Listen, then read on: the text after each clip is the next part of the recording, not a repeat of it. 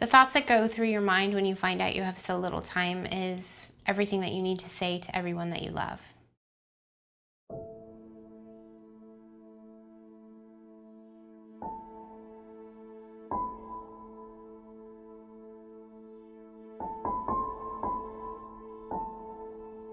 So after getting married is when I first started experiencing the headaches, and they were quite severe. And I didn't understand them because I had never had anything like that before in my life. Right when I was diagnosed, my husband and I were actively trying for a family, which is heartbreaking for us both.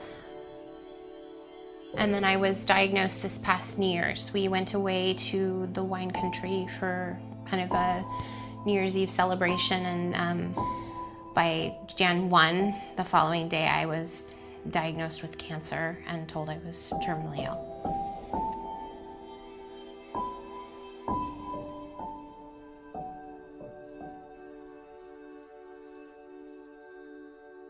I was told I had a grade 2 astrocytoma, and was told anywhere from 3, maybe 5, up to 10 years to live. I have to tell you, when you're 29 years old, being told you have that kind of timeline still feels like you're being told you're gonna die tomorrow. 70 days post-op, I went in for another MRI and was told I had had a grade change. They were looking and saying it looks like grade 4. Which is the worst and most aggressive form of brain cancer. It's called a glioblastoma. So that was a major shock to my system and the system of my family, because it went from having potentially years of time to being told I had like 6 months. My parents spent a couple months, they just wanted to search for a miracle. In the beginning, I hoped for everything. First I hoped that they had just the wrong x-rays, the wrong set of scans. It was all just a big clerical mishap. Your brain will do really strange things to you when you don't want to believe something. You will come up with fairy tales.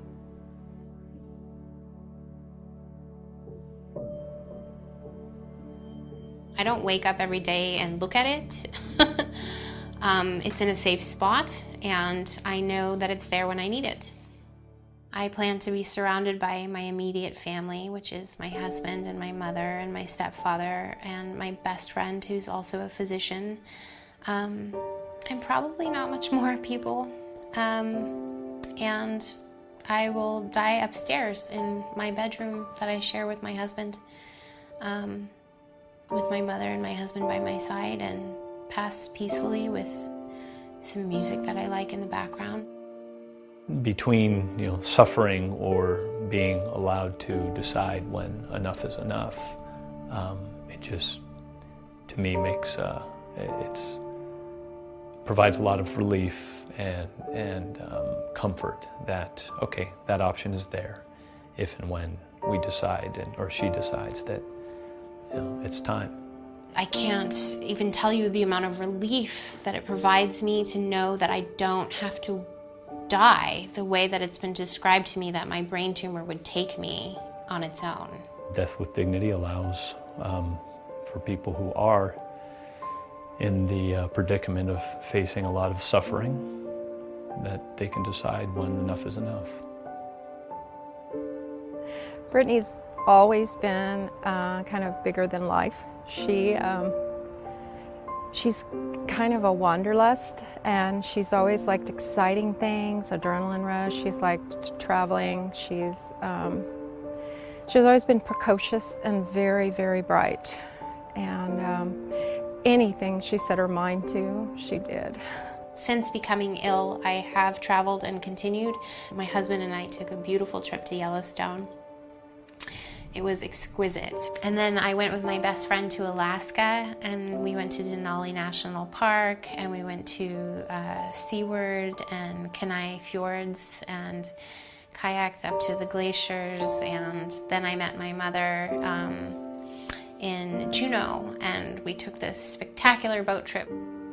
Before I pass, I'm hoping to make it to the Grand Canyon, because I've never been. And that's all I can do, is set little goals like that, and all those things make every day worthwhile.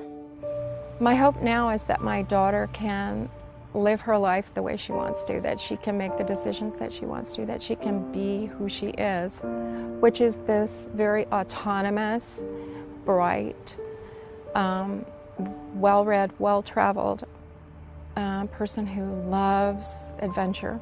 She's kind of got me into this thing where now we've agreed to meet. And so I'm going to go on a traveling adventure. And it's a place I'm kind of scared to go to, Machu Picchu. A lot of climbing, but she said she'd meet me there. And so damn it, I'll go. I hope to enjoy however many days I have left on this beautiful earth and spend as much of it outside as I can, surrounded by those I love. I hope to pass in peace. The reason to consider life and what's of value is to make sure you're not missing out. Seize the day. What's important to you? What do you care about? What matters? Pursue that. Forget the rest.